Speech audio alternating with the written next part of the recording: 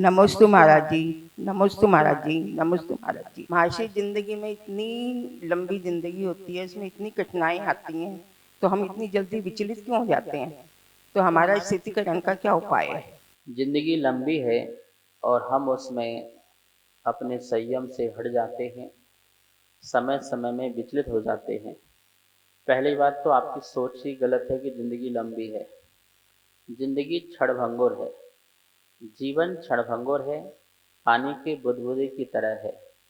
एक पल का भी भरोसा नहीं है, इसलिए इसे लंबी ना समझें।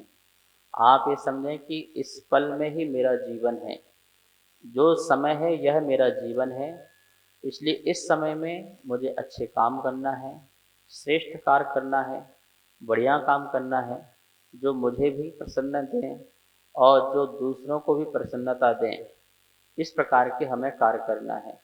तो अपने मन से हटा दीजिए कि मैं 10 साल, 20 साल, 50 साल, 100 साल जीऊँगा। ऐसा कुछ भी नहीं है। यहाँ पर कोई भी भरोसा नहीं है श्वासों का। सोते सोते भी श्वास बंद हो जाती है, चलते फिरते भी श्वास बंद हो जाती है।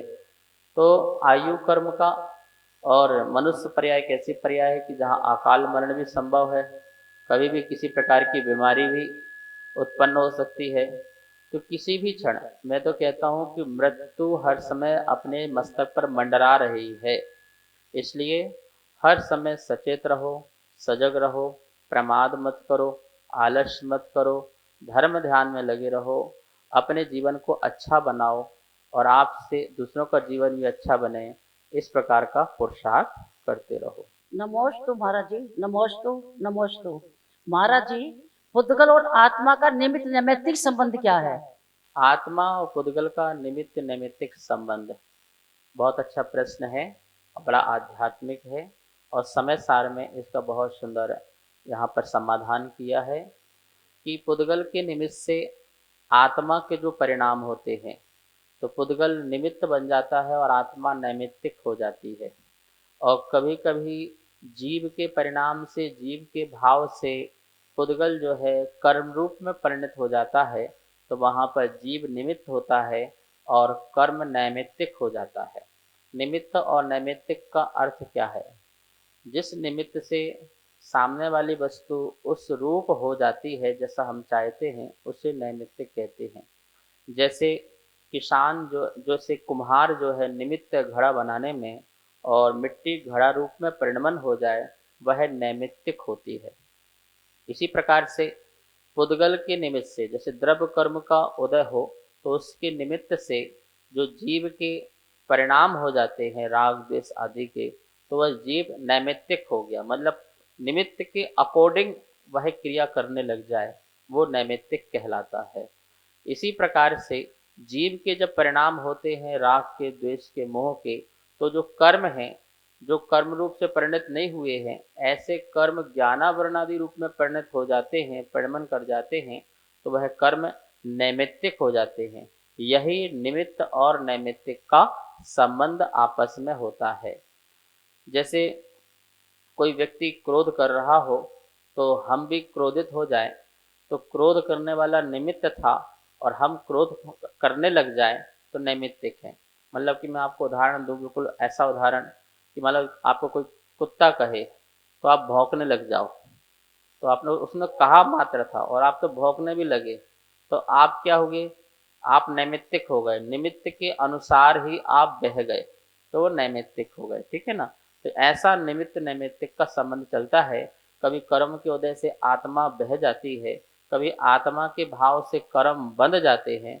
ऐसा पुद्गल और आत्मा का निमित्त नैमित्तिक संबंध संसार में चलता रहता है।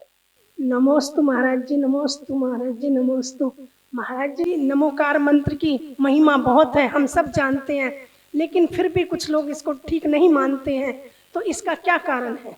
नमोकार मंत्र की महिमा, सचमुच में नमोकार मंत्र की महिमा बहुत ही ज़्यादा है। नमोकार मंत्र की महिमा इसलिए भी ज़्यादा है क्योंकि यहाँ पर किसी व्यक्ति को नमस्कार नहीं किया है, यहाँ व्यक्ति के व्यक्तित्व को नमस्कार किया गया है, आत्मा के गुणों को नमस्कार किया गया है। इसलिए यह नमोकार मंत्र बहुत ही पावरफुल है। दुनिया के जितने भी मंत्र हैं, उसमें कहीं ना कहीं किसी व्यक्ति को नमस्कार करा गया है, उसकी अर्चना की गई है। लेकिन जो आत्मा में हमारी क्वालिटी है, उस क्वालिटी को नमस्कार करने के लिए बात यहाँ पर की गई है।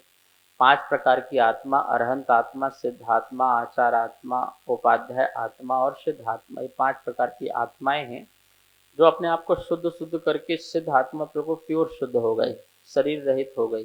तो ऐसी आत्मा को जब हम नमस्कार करते हैं तो हमारे अंदर पावर आती है, हमारे अंदर शक्ति आती है कि शुद्ध को नमस्कार करेंगे तो शुद्धता आएगी और अशुद्ध को नमस्कार करेंगे तो अशुद्धता आएगी। इसलिए पावरफुल नमोकार मंत्र है। लेकिन फिर भी लोग जो है इस नमोकार मंत्र की महिमा को नहीं समझ पाते हैं और विचलित होते रहते हैं और यहाँ वहाँ जो है भागते रहते हैं।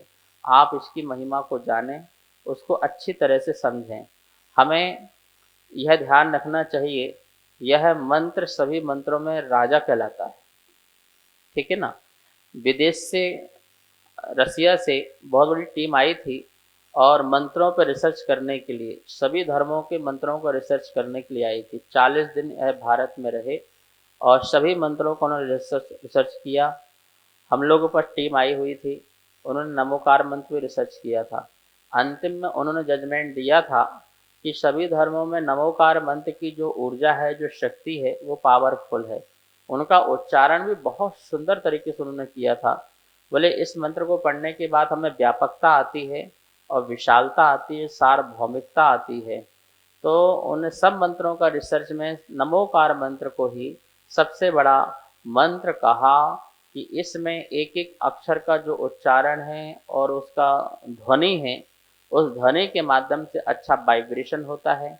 और हमारी जब गुड वाइब्रेट होती है, मतलब हमारे वाइब्रेशन गुड होता है, तो कर्म की निजरा भी होने लगती है, आसपास का वातावरण बहुत अच्छा हो जाता है, हमारा ओरा स्ट्रांग हो जाता है, आभा मंडल बढ़िया हो जाता है, डिसीजन पावर हमारे पास आ जाती है और हमारे अंदर जो है योग्यता भी प्रकट हो जाती है। बहुत सारी चीज़ें हैं, निद्रा दूर हो जाती है, बीमारी दूर हो जाती है, डिप्रेशन, विषाद और चिंताएं जो हैं उनसे हम मुक्त हो जाते हैं। ऐसा यह नमोकार महामंत्र है। तो आपको विचलित होने की ज़रूरत नहीं है।